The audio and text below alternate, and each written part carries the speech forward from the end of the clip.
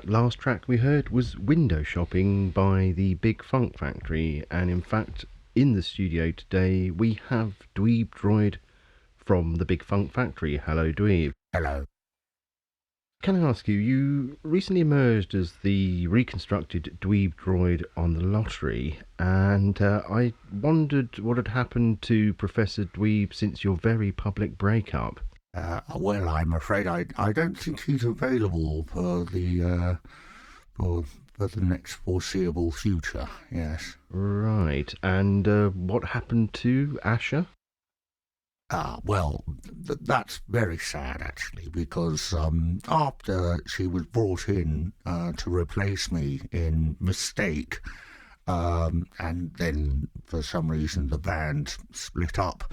She tried to set up her own solo career with her single "I Need You," and that didn't go very well. And yes, it's tragic, really. Well, she ended up on "I'm a Non-Entity, Get Me Out of Here," and then to add insult to injury, she then went on that program for ITV20, the Regrouping, where they tried to build up the careers of people whose careers ended about 5 minutes ago. It's very sad. Right, yes. What about BB? She seems to have disappeared. Yes, I'm afraid I don't know anything about that at all. No. No, okay. It's rumoured with quite substantial evidence from the singer Yaz that she didn't sing on Mindless. Well, I'm afraid, you must remember I was Deroid at the time and I didn't have anything to do with the production of the record, so I'm afraid I can't give you any help on that at all. Well, okay. Well, let's just play the track anyway.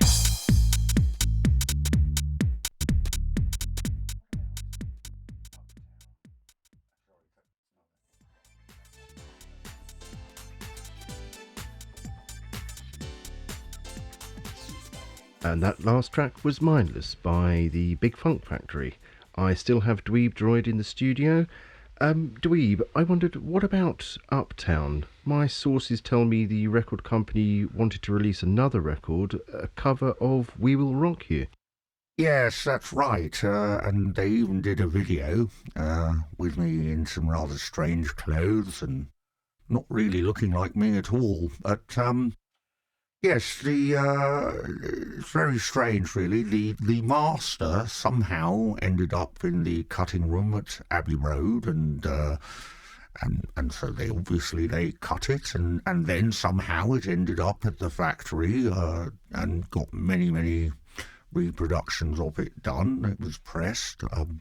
Don't quite know how that happened at all, and then bizarrely, Professor Dweeb, who of course was my manager at the time, just inadvertently gave out the wrong record to various DJs and put it on the internet. We're not quite sure how any of this happened, but then of course it committed the record company to that. There was a bit of a kerfuffle, but it ended up okay in the end.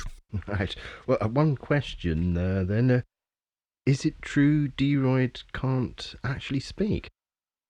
Well, you see, he's programmed to communicate in the medium of song, as we know, but it was also designed in his brain not to have any excessive verbal communication, or in fact any verbal communication at all, in order to preserve the longevity of his career. That's also why he's not allowed to dance.